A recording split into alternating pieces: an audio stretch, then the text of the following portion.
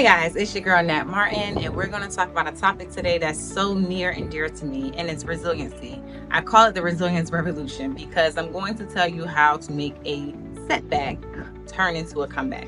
I have had my fair share of setbacks throughout my life, but one of the things that I did was I used the setbacks as stepping stones to propel me to the path of resilience, to persevere and overcome obstacles that was supposed to shut me down.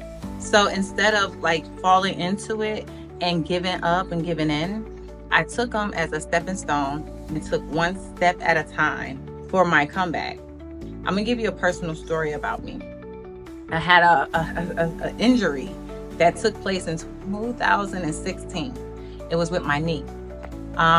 It came out of nowhere, didn't know what happened. It wasn't a major incident, like I fell. It just was wear and tear over time because of my job in the military.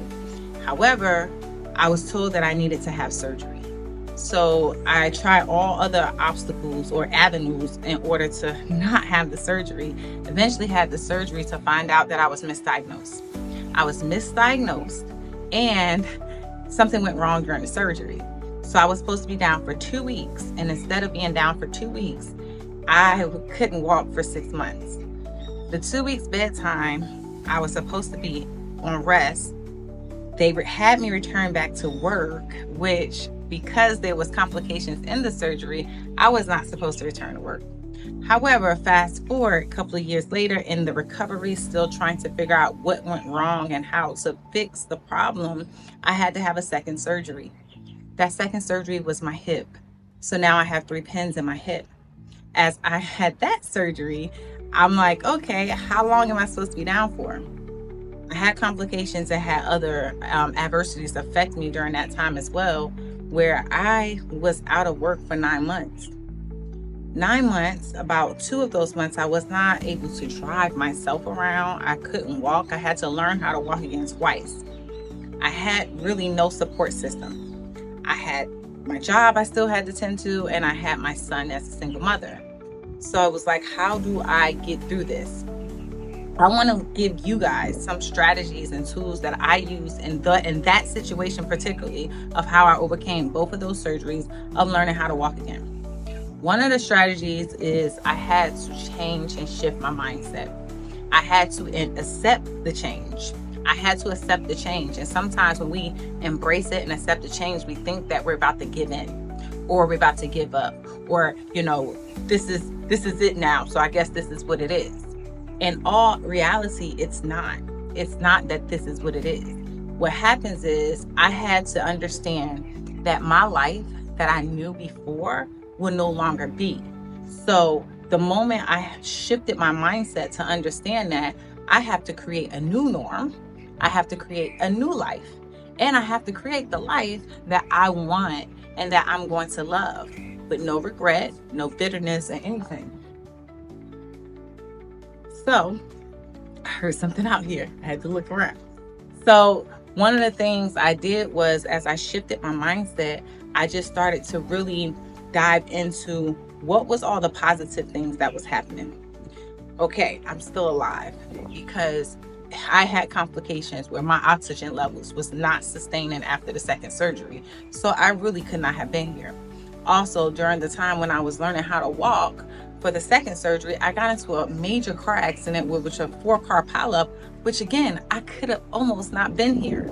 So part of the shifting for me was adding gratitude and shifting my mindset and helping me understand that, one, what am I grateful for? What are the positives in the situation? How can I make the best of this? What can I create with this? And I'll tell you, in that process, it can take long. It's not going to always be something short. It's not going to always be like, oh, it came to me. No, it doesn't happen just like that. It's a process. So I would challenge you. Step number 1 is to embrace the change and accept the situation. Accept it. Don't give in. Don't give up. We're accepting it and we're embracing the change and shifting our mindset. Number two is actually creating boundaries, recreating and understanding that, okay, with this new mindset and these new circumstances, I'm able to go ahead and start building those stepping stones. So, and number two, you want to cultivate a growth mindset. We already embraced it, we accepted it. Now we're cultivating a growth mindset. When you cultivate a growth mindset, this is again, the gratitude is the attitude mentality. I'm not telling you be positive Nancy. I'm not telling you that you're going to be like, yes, this is a great day, even though it's not, right? I'm telling you that I need you to dig deep, find the goodness, the positive energy, the best thing that can be happening for you, even in the moment of chaos, even in the moment of adversity. I need you to dig deep and know that I can grow from here. And the growth and cultivating a growth mindset, you will shift your language of how you speak to yourself, the language of how you speak to others, and the language of how you receive any information from other people in your environment. Instead of saying, why did this happen to me? You will start shifting to say, what can I learn from this? How can I make this better? How can I grow from this? This is getting the growth mindset. This is cultivating that mindset. And if you have to say it every day, I used to have index cards, and the time when I could not walk, and I was like, man, I may never walk again, because that's what they were telling me. I had index cards, and I will write those type of things on my index cards and read it every day to keep my growth mindset, because it's so easily to get into a dark negative space, and then it's so easily to get into a fixed mindset, because that's typically the normal and average person that you're interacting with and around day to day. They'll rather you be complacent and be comfortable and say, just, it is what it is. But I need you to shift that and cultivate your growth mindset to know that you can grow from this. You're going places, you're doing things, you're learning from this, you're making it the best that it can be. You're becoming the better person and a better version of you while going through the adversity or setback. And number three is you really need to get a support system. A support system is vital. And I understand some people might say, I have limited people around me. A support system does not have to be your family or your friends. If you have family and friends that are supportive and healthy relationships and really truly supporting you, that is amazing. Love on those people and thank those people. But if you don't have that, this is how you find and build your support system. You want to find people that, one, have overcome the obstacles that you're facing, because they'll have an empathy for you because they know what it was like when they went through it. You want to find organizations or businesses that actually work with people that's going through the situation you're going through. You want to find a coach or mentor, someone that has been there. Because see, having empathy, it changes the situation. If I've been through what you've been through, I'm going to help you because I know what it was like when I went through it.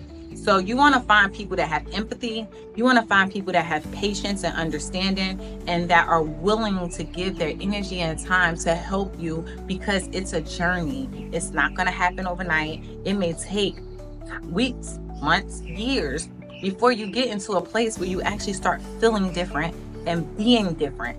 And if you don't have supportive people that's like, hey, I'm going on this journey with you, I got you, then you're not going to make it that far. And that's just being honest. You're not going to make it that far, because if you have the wrong people around you, it's going to keep you stagnant. It's going to keep you stuck. It's going to keep you in a place of unworthiness. Like you're going to feel like you're going to shift, not from the growth mindset. You're going to go to like, woe it's me, right? We don't want the woe it's me. We want to make sure that we are, one, embracing, accepting the change, cultivating a growth mindset, and building our support system and our support network.